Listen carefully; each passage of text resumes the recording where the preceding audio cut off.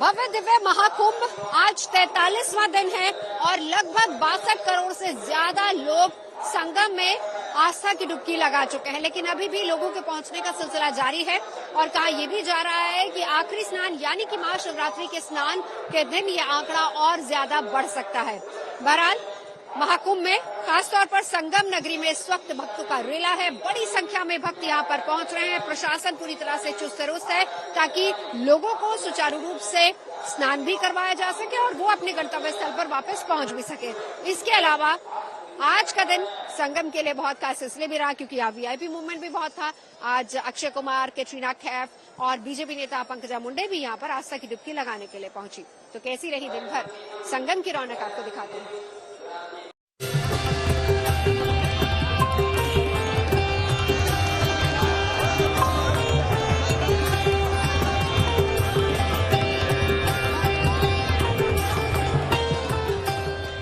प्रयागराज की पुण्य धरती पर चल रहे महाकुंभ के समापन की घड़ी भले ही नजदीक है, लेकिन महाकुंभ को लेकर श्रद्धालुओं में अभी भी उत्साह कम नहीं हुआ है। हर घंटे संगम तट पर स्नान कर रही लाखों की ये भीड़ इसका सबसे बड़ा प्रमाण है। संगम के तमाम घाट और त्रिवेणी की ओर जाने वाले रास्तों पर अभी भी आस्था का सैलाब नजर आ रहा है। आम श्रद्धालुओं की इस भीड़ में देश के कई जाने माने चेहरे भी आज महाकुंभ पहुंचे। पहली तस्वीर अभिनेता अक्षय कुमार, दूसरी तस्वीर अभिनेत्री कैटरीना कैफ और तीसरी तस्वीर बीजेपी नेता पंकजा मुंडे की है, जो महाकुंभ की इस भव्यता से अभिभूत नजर आए। बहुत अच्छी तरह मतलब हम यहाँ के सीएम साहब योगी साहब का बहुत बहुत धन्यवाद करते हैं कि इतना अच्छा इंतजाम कर रखा है। मुझे अभी भी याद है 2019 में जब पिछला कुंभ हुआ था तो लोग गठरी लेके आते थे। अब तो इस वक्त तो सब बड़े बड़े लोग आ रहे हैं, अंबानी आ रहे हैं, अडानी आ रहे हैं, बड़े बड़े एक्टर आ रहे हैं, सब आ रहे हैं। तो ये इसे कहते हैं मतलब किस हिसाब से महाकुंभ ये इंतजाम किया हुआ है, ये बहुत ही बढ़िया है। और मैं सारे ही जितने भी पुलिस वाले हैं, जितने भी वर्कर हैं, जिन्होंने सबका इतना ध्यान रखा है, उनका हाथ जोड़ के बहुत बहुत धन्यवाद करना चाहता हूँ। बहुत बहुत धन्यवाद। मतलब मैं बहुत फॉर्चुनेट हूँ that I could come here at this time. मैं बहुत खुश हूँ। I'm very grateful that I'm able to be here. It's such a beautiful place. मैं स्वामी जी के साथ हूँ इस वक्त और I'm chatting with him and taking his blessings. So I'm very grateful and happy to be here. दुनिया के सबसे बड़े आध्यात्मिक मेले की शुरुआत 13 जनवरी को धूमधाम से हुई थी, जिसके खत्म होने में सिर्फ 2 दिन बाकी है। महाशिवरात्रि पर इसका आखिरी प्रमुख स्नान होने वाला है, जिसमें भारी संख्या में श्रद्धालुओं के पहुंचने का अनुमान जताया जा रहा है। ऐसे में इस प्रमुख स्नान को लेकर प्रशासन की तैयारी जोर शोर से चल रही है। खासकर क्राउड और ट्रैफिक कंट्रोल को लेकर प्रशासन पहले से ज्यादा अलर्ट मोड पर है, ताकि आखिरी स्नान को भी सफलतापूर्वक संपन्न कराया जा सके। रोजाना 1.25 करोड़ लोग आ रहे हैं और लगातार 43 दिन से आ रहे हैं और 2 दिन अभी बाकी हैं। 26 फरवरी को जब स्नान होगा, आखिरी महाशिवरात्रि का स्नान होगा, तब चुनौती और बढ़ेगी। और ऐसे में 62 करोड़ का आंकड़ा पार कर चुका है, ये 65 करोड़ का जाएगा। और प्रशासन के सामने जो चुनौती है वो है क्राउड मैनेजमेंट करने की, क्राउड मैनेजमेंट, ट्रैफिक मैनेजमेंट के लिए। और इसी को देखते हुए प्रशासन ने 6 और आईपीएस अधिकारी, यानी कि पूरी की पूरी यूपी पुलिस ने अपनी ताकत लगा दी है, साथ में पूरी एडीजी पीएससी को जिम्मेदारी दी गई है। आईजी रैंक के 5 अधिकारी चंद्र प्रकाश, प्रीतेंद्र सिंह, राजेश मोदक और मंजिल सैनी को तक लगा दिया गया है। यानी कि हर रूट पर प्रयागराज की तरफ आने वाले सभी जो 7 रूट्स हैं, 7 राजमार्ग हैं, जो चाहे वो मध्य प्रदेश से आ रहा हो, मध्य प्रदेश के रीवा रोड से, लखनऊ रोड से, वाराणसी रोड से, गाजीपुर रोड से, आजमगढ़ रोड से, सारे रूट्स जितने हैं उन सारे रूट्स पर सीनियर आईपीएस अधिकारियों को ट्रैफिक मैनेजमेंट के लिए लगा दिया गया है। सबसे ज्यादा एहतियात प्रयागराज जंक्शन पर बरती जा रही है, क्योंकि अब महाकुंभ से लौटने वाले श्रद्धालुओं की भीड़ ज्यादा है। ऐसे में रेलवे के तमाम कर्मचारी यात्रियों की सुखद और सुरक्षित यात्रा के लिए पूरी ताकत से जुटे हुए हैं। चाहे टिकटों की बिक्री हो या प्लेटफॉर्म पर यात्रियों की भीड़ संभालनी हो या फिर कुंभ स्पेशल ट्रेनों की आवाजाही हो, हर व्यवस्था को दुरुस्त बनाने में रेलवे कोई कोर कसर बाकी नहीं रख रहा है। प्रयागराज रेलवे स्टेशन है, लेकिन यहाँ पर भीड़ को मैनेज कैसे किया जा रहा है, क्योंकि लगातार ट्रेन्स भी आ रही हैं।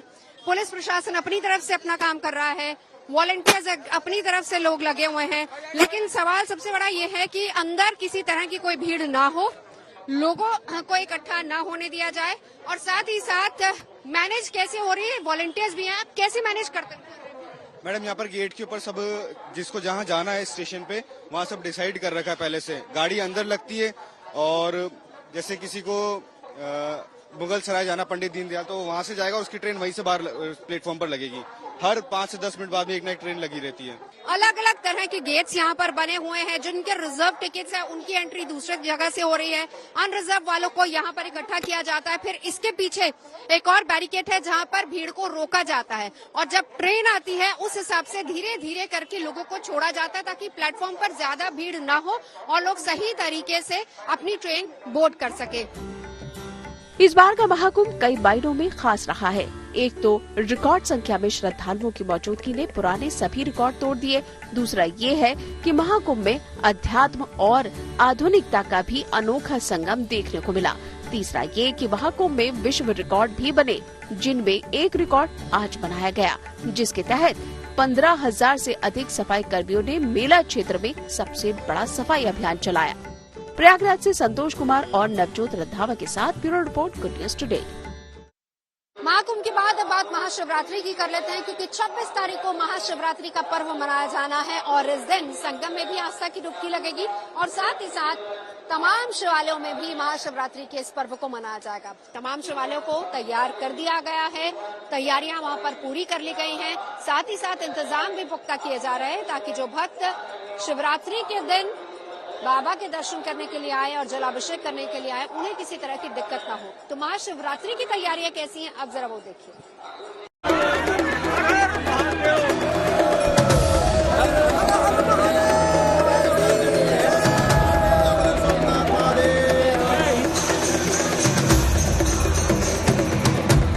बस 2 दिन बाद है महाशिवरात्रि का पर्व, लेकिन इससे पहले ही महादेव के भक्तों का शिव मंदिरों में सैलाब उमड़ने लगा है। काशी से लेकर सोमनाथ तक, उज्जैन से लेकर जूनागढ़ तक, बाबुलनाथ मंदिर से लेकर दिल्ली के गौरी शंकर मंदिर तक महाशिवरात्रि की तैयारियां सब जगह नजर आने लगी हैं। ऐसी ही एक तस्वीर सोमनाथ ज्योतिर्लिंग से सामने आई, जहां मंदिर प्रशासन ने महाशिवरात्रि के मौके पर मंदिर के कपाट 42 घंटे खुले रखने का फैसला किया है, ताकि ज्यादा से ज्यादा भक्तों को दर्शन का लाभ मिल पाए।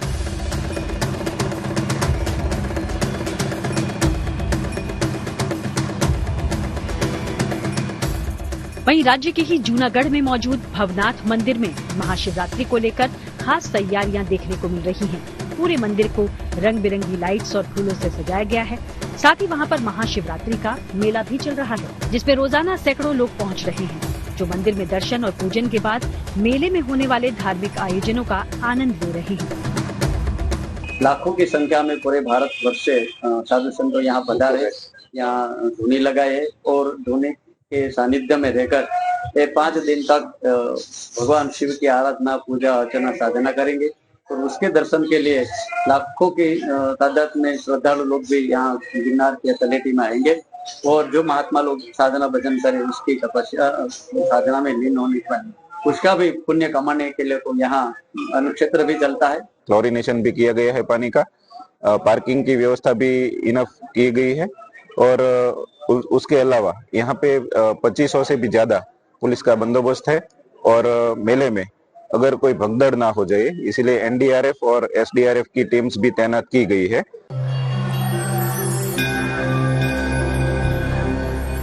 गुजरात के पड़ोसी राज्य महाराष्ट्र और मध्य प्रदेश में मौजूद प्राचीन शिव मंदिरों में भी महाशिवरात्रि को लेकर मंदिर प्रशासन तैयारियों में जुटा है। उज्जैन में जहां शिव नवरात्रि का उत्सव इन दिनों चल रहा है, तो वहीं मुंबई के बाबुलनाथ मंदिर में भी महाशिवरात्रि की रौनक नजर आ रही है। मंदिर की सजावट के साथ साथ भक्तों के दर्शन और पूजन को लेकर विशेष तैयारी मंदिर की ओर से की गई है। मैं मौजूद हूं इस समय मुंबई के सुप्रसिद्ध मंदिर बाबुलनाथ मंदिर में और किस तरह से महाशिवरात्रि को लेकर तैयारी चल रही है। मंदिर को इतने भव्य तरीके से सजाया गया है, फूल, हार, लाइटिंग एंड ऑल, बहुत ज्यादा तैयारियां आप लोगों की तरफ से होती हैं। इस बार और क्या खास तैयारी हो सक रही है? आज इस बार भगवान की विशेष पूजा होगी अभी गई काल भगवान की यहाँ श्रृंगार वगैरह पूरा मंदिर को सजावट किया गया था और भगवान को उत्सव प्रिय होता है। भगवान, हम ईश्वर को क्या दे सकते हैं? भगवान ने पत्र पुष्पम फलम तोयम, भगवान ने ही सब कुछ बनाया है। पुष्प भी भगवान ने बनाया, कलर भी भगवान ने डाला। और भगवान, जब नारद जी ने पूछा कि आप ईश्वर कैसे आप प्रसन्न होते हैं, तो भगवान ने कहा पत्रम पुष्पम फलम तोयम यो में भक्त्या प्रसति। बस इसी के शास्त्र के हिसाब से हमारा मंदिर ये महापूजा की बहुत तैयारी की लग गए है हमारे मंदिर। मुंबई की तरह ही दिल्ली एनसीआर के प्राचीन शिव मंदिर भी महाशिवरात्रि पर्व के लिए पूरी तरह तैयार हैं। चाहे दिल्ली का गौरी शंकर मंदिर हो या फिर गाजियाबाद का दूधेश्वर नाथ मंदिर हो, महाशिवरात्रि पर होने वाले जलाभिषेक को लेकर प्रशासन पूरी तरह से कमर कस चुका है।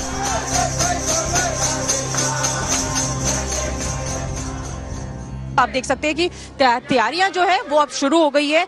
कुछ ही देर बाद जो है मंदिर परिसर जो है वो पूरी तरीके से सजाया जाएगा, फूलों से एकदम और लाइटों से जो है वो यहाँ पर जगमग आपको चीजें जो है वो नजर आएगी। आप देख सकते हैं तैयारियां अभी से यहाँ पे चीजें जो है स्टैंड्स की अगर मैं बात करूँ तो वो लग गए हैं। बस अभी इसमें फूलों से पूरा जो मंदिर परिसर है वो सजना बाकी है। यहाँ पर जो सुरक्षा के इंतजाम करूँ, जो सेवादार है उनकी भी तैनाती कुछ देर बाद जो है वो की जाएगी, क्योंकि अपने आप में ये पर्व जो है वो महापर्व है और भक्तों की संख्या इतनी ज्यादा होती है कि उसको संभालना सबसे ज्यादा जरूरी है। पूरी सजावट है, बंगले लग रहे हैं, आप देखिए पुलिस का इंतजाम है, वॉलंटियर लगाए हैं अलग से और बाउंसर भी लगाए हैं। पब्लिक को किसी प्रकार की असुविधा ना हो, बैरिकेडिंग की गई है। माता बहनों को अलग लाइन के लिए कहा गया है, लेकिन जैसे कोई साथ आता है तो आ सकते हैं, कोई बंधन नहीं है। गर्भगृह के अंदर सभी नहीं जा पाएंगे, इसलिए दोनों साइड में मशीनें लगी हैं, उन्हीं से जलार्पण होगा। सुरक्षा के इंतजामों की बात की जाए तो आप अभी से देख सकते हैं कि किस तरीके से जो है भक्तों की यहाँ पे तादाद नजर आ रही है। और ये शिवरात्रि के कुछ घंटों पहले की तस्वीरें हम आपको दिखा रहे हैं कि किस तरीके से जो भक्त है वो यहाँ जलाभिषेक करने के लिए इकट्ठा हुए हैं। और आप देख सकते हैं कि अभी ये हाल है तो शिवरात्रि के दिन भक्त कितनी जो है लंबी लंबी कतारें भक्तों की वो नजर आने वाली। तो उसकी बात अगर की जाए तो सुरक्षा के इंतजाम बेहद ही पुख्ते किए गए। आप देख सकते हैं आपको पुलिसकर्मी भी जो है यहाँ पर नजर आएंगे। यहाँ पे पुलिसकर्मी भी तैनाती जो हुई है 40 से 50 के करीब जो है पुलिसकर्मी यहाँ पे तैनात किए गए, ताकि किसी तरीके से ना भगदड़ हो सके, भक्तों को किसी तरीके की कोई दिक्कत ना हो सके। उधर बाबा विश्वनाथ की नगरी काशी में तो महाशिवरात्रि से पहले ही भक्तों का सैलाब उमड़ रहा है। नौबत ये है कि बाबा के दर्शन के लिए भक्तों को घंटों कतार में खड़ा रहना पड़ रहा है। बावजूद इसके बाबा की एक झलक पाने को बेताब भक्तों की भीड़ कम होने का नाम नहीं ले रही। उम्मीद ये है कि इस बार महाशिवरात्रि पर श्रद्धालुओं के पुराने सभी रिकॉर्ड टूट सकते हैं। ऐसे में लोगों की भीड़ को देखते हुए ही महाशिवरात्रि पर 3 दिनों तक प्रोटोकॉल दर्शन व्यवस्था पर रोक लगा दी गई है। श्रद्धालुओं का पलट प्रवाह जन सैलाब के रूप में बढ़ता चला जा रहा है। इस समय वाराणसी के इस मैदागिन चौराहे पर हम मौजूद हैं और इस ऊंचाई वाले स्थान से देख सकते हैं कि जहां से कतार शुरू हुई है और ये कतार सीधे काशी विश्वनाथ मंदिर की ओर जा रही है, तो वहीं दूसरी कतार गदौलिया से होते हुए दशाश्वमेध घाट से होते हुए बाबा काशी विश्वनाथ के दरबार की ओर जा रही है। लगभग 1 किलोमीटर से ज्यादा की ये दूरी है और लगातार श्रद्धालुओं का जो आना है वो बढ़ता चला जा रहा है। अंदाजा लगाया जा रहा है कि 15 लाख तक श्रद्धालु काशी विश्वनाथ बाबा के दर्शन करेंगे, महाशिवरात्रि के दिन उनका पूजन अर्चन करेंगे। और इसके अलावा जहां तक रोज आने वाले काशी में पहुंचने वाले श्रद्धालुओं की बात है तो 25 से 30 लाख श्रद्धालु लगातार रोजाना काशी में आ रहे हैं, दर्शन पूजन कर रहे हैं। पहली बार ऐसा हो रहा है कि महाशिवरात्रि पर शिव बारात जो निकाली जा रही है वो 26 के बजाय 27 फरवरी को निकाली जा रही है। जो महाशिवरात्रि पर शिव बारात करने वाली समितियां हैं उन्होंने इस बात पर रजामंदी दर्ज कराई है पुलिस प्रशासन की पहल पर, क्योंकि इतनी ज्यादा भीड़ है। महाशिवरात्रि पर मंदिरों में पूजा पाठ और जलाभिषेक के अलावा भंडारा, शिव बारात और भजन संध्या जैसे धार्मिक आयोजन भी होते हैं, जिनमें बड़ी संख्या में लोग शामिल होने आते हैं।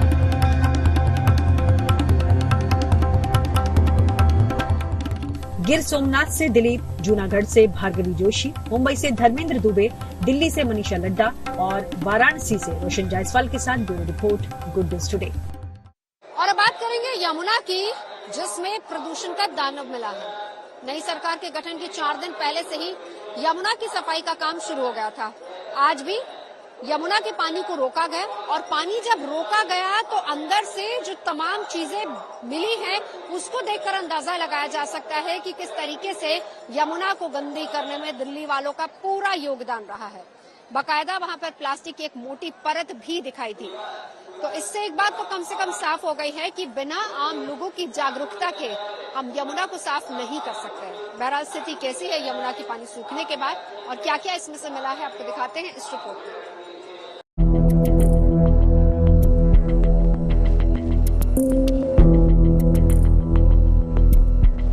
दिल्ली में यमुना नदी की इन तस्वीरों को देखकर आपकी आंखें कुछ देर के लिए धोखा खा सकती हैं।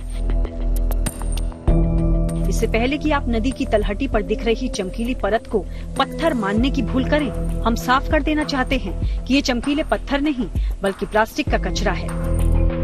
किसी नदी को गंदा करने में या फिर उसे साफ बनाए रखने में आम आदमी की कितनी बड़ी भूमिका होती है, उसकी एक बहुत बड़ी वानगी, बहुत बड़ा उदाहरण मैं आपको दिखाने जा रहा हूं। मैं मौजूद हूं इस वक्त दिल्ली में यमुना नदी के बीचों बीच। ये कालिंदी कुंज है और बीचों बीच मैं इस तरह बोल पा रहा हूं क्योंकि मैं इस वक्त कालिंदी कुंज के उस हिस्से में खड़ा हूं जहां पर नदी में पानी का फ्लो बैराज के उस तरफ से रोक दिया गया है और फिलहाल यहाँ का पानी लगभग खत्म सा हो गया है। लेकिन जब ये पानी यहाँ से उतरा है तो क्या हाल इस नदी का हमने कर दिया है, वो तस्वीर आपको दिखा रहे हैं। क्या हाल यमुना नदी का आम आदमी ने, दिल्ली वालों ने कर दिया है, वो तस्वीर आपको हम दिखा रहे हैं। सैकड़ों टन प्लास्टिक का कचरा नदी की कई एकड़ जमीन तक फैला हुआ है। सनातन धर्म में यमुना नदी को स्वर्ग की नदी का दर्जा हासिल है, लेकिन इंसान की वजह से धरती पर, खासकर दिल्ली में उसका ये हाल हो गया है। भक्ति का सागर मानी गई यमुना दिल्ली वालों की भक्ति के कारण ही प्लास्टिक कचरे से भर गई। मूर्तियां जो आप नदी में प्रवाहित करते हैं वो बड़ी मात्रा में आपको यहाँ दिखाई पड़ जाएगी। देखिए उस तरफ जब पानी कम हुआ तो कैसे नदी में आपको चारों तरफ मूर्तियां ही मूर्तियां दिखाई पड़ रही हैं। ये वो मूर्तियां हैं हाल ही में जो तमाम सारे त्योहार हुए, चाहे वो बसंत पंचमी हुई, उस वक्त जो मूर्तियां प्रवाहित की गई वो सब देखिए किस तरह से नदी को नुकसान पहुंचाती हैं। बाकी आप अब नीचे देखते जाइए, ये नदी की तलहटी है और यहाँ पर जब पानी निकला है तो देखिए क्या है। ये कोई सफेद पत्थर नहीं है, बल्कि ये आपको बता दूं मैं कि ये पॉलीथीन है, ये प्लास्टिक है, ये वेस्ट है। इसको आप हाथ से इस तरह उठाएंगे तो ये खिंची हुई चली जाएगी। आप देखिए, आपको ये जरूर सफेद पत्थर लग रहा होगा, लेकिन आप देखिए ये पॉलीथीन है, ये प्लास्टिक वेस्ट है जो आप नदी में बैराज पर खड़े होते हैं, पुल पर खड़े होते हैं और नीचे डाल देते हैं। यहाँ कोई पत्थर नहीं है, आप दूर तक देख लीजिए, आपको ऐसी ही तस्वीर दिखाई पड़ेगी। कह सकते हैं आप कि यमुना के किनारे दिल्ली वालों ने एक पूरा का पूरा प्लास्टिक बीच बना दिया है, अपने घर का कचरा फेंका है। दिल्ली में रहने वाले प्लास्टिक की बोरियों या पैकेट में पूजा के बाद की सामग्री यमुना में फेंक देते हैं। यही नहीं, कई जगह तो मेडिकल वेस्ट, फटे पुराने कपड़े और यहाँ तक कि प्लास्टिक कचरे के तौर पर डेबिट क्रेडिट की मौजूदगी भी यमुना नदी के प्रति लोगों की लापरवाही साफ बयां कर रही है। इसमें ये बोरियां आपको दिखाई पड़ जाएंगी जिसमें आप अपने घर का जो पूजा पाठ का सामान होता है उसको भर भर के फेंकते हैं। कई जगह मुझे मेडिकल वेस्ट दिखाई पड़ा, कई जगह लोगों के कपड़े दिखाई पड़े, और तो और हमें यहाँ पर जब हम घूम रहे थे, देखिए एक ये एटीएम कार्ड भी दिखाई पड़ा है। मतलब आपके घर का वेस्ट, आपके मंदिर का वेस्ट, जो कुछ भी आपको मिलता है, वेस्ट लगता है, वो सब कुछ आप नदी में फेंक देते हैं। यहाँ तक कि आपकी जेब का वेस्ट भी, शायद कभी ये किसी के एटीएम कार्ड किसी के काम का नहीं रहा होगा तो उन्होंने उसको भी जेब से निकाला और नदी में फेंक दिया। नदी के जल को दूषित करने में प्लास्टिक की वजह से निकलने वाले कचरे की बड़ी भूमिका है। इसमें भी सिंगल यूज प्लास्टिक ज्यादा घातक है। सिंगल यूज प्लास्टिक का मतलब प्लास्टिक से बनी ऐसी चीजें जिनका सिर्फ एक ही बार इस्तेमाल हो सकता है और रिसाइकल यानी दोबारा इस्तेमाल नहीं होने की स्थिति में हम जिसे कभी खुले में तो कभी पानी में फेंक देते हैं। ऐसा जागरूकता की कमी और लापरवाही की वजह से होता है। लोगों के इसी रवैये के खिलाफ आधी अधूरी कार्रवाई की वजह से भी निर्मल यमुना, अविरल यमुना की सारी अवधारणा दिल्ली में आकर खत्म हो जाती है। 2023 का ये डेटा है, जहां पर एक साल में 2023 में सिर्फ 54 लाख रुपए का फाइन लगाया गया है, 463 चालान काटे गए हैं, 54,65,000 का फाइन है और रिकवरी नील, कोई रिकवरी ही इसकी नहीं हुई। हालांकि उसके पहले आप देखिए कुछ जगह पर रिकवरी होती आई है। 2022 में 2,74,000, 2,74,80,000 का फाइन लगाया गया और इसमें से कुछ रिकवरी हुई है। लेकिन आप देखिए रिकवरी भी एक बड़ा मुश्किल काम है जो कि ऐसे केसेस में नहीं हो पा रही है। इसकी सबसे बड़ी वजह कालिंदी कुंज बैराज के पास वाहनों की आवाजाही के लिए बने पुल से कूड़ा कचरा या पूजा सामग्री फेंकना है। ऐसा करने वाले लोग ज्यादातर अपने वाहनों से आते हैं और यमुना नदी में कचरा फेंककर निकल जाते हैं। केंद्रीय प्रदूषण नियंत्रण बोर्ड का एक सर्वे बताता है कि देश में हर दिन 26,000 टन प्लास्टिक कचरा निकलता है, जिसमें से सिर्फ 60% को ही नगर निगम या कूड़ा बीनने वाले लोगों की तरफ से इकट्ठा किया जाता है। बाकी बचा 40% प्लास्टिक का कचरा देश की नदियों में मिल जाता है। यही कचरा जीवन और सभ्यता के प्रतीक माने जाने वाली यमुना के लिए संकट बन गया है, जिसे नई सरकार में दूर करने की कोशिशें की जा रही हैं। रेखा गुप्ता सरकार के शपथ ग्रहण समारोह से पहले दिल्ली के कई क्षेत्रों से होकर बह रही यमुना में पानी की सतह पर तैर रहे कचरे को इकट्ठा करने के लिए भारी भरकम मशीनों को उतारा गया, जिनमें ट्रैश स्कीमर यानी कूड़ा हटाने वाली मशीनें भी शामिल हैं। इसके अलावा नदी की गाद साफ करने वाली मशीनें और पानी के पौधे काटने वाली मशीनों की आवाज भी सुनाई दे रही है। दिसंबर 2027 तक यमुना नदी के पानी को पूरी तरह साफ करने का भी दावा किया जा रहा है। दिल्ली से मनीष चौरसिया के साथ bureau report, good news today. अच्छी और सच्ची खबरों में अभी के लिए बस इतना ही, लेकिन संगम की तमाम रौनक, तमाम हलचल हम आपको दिखाते रहेंगे। आप देखते रहिए गुड न्यूज टुडे।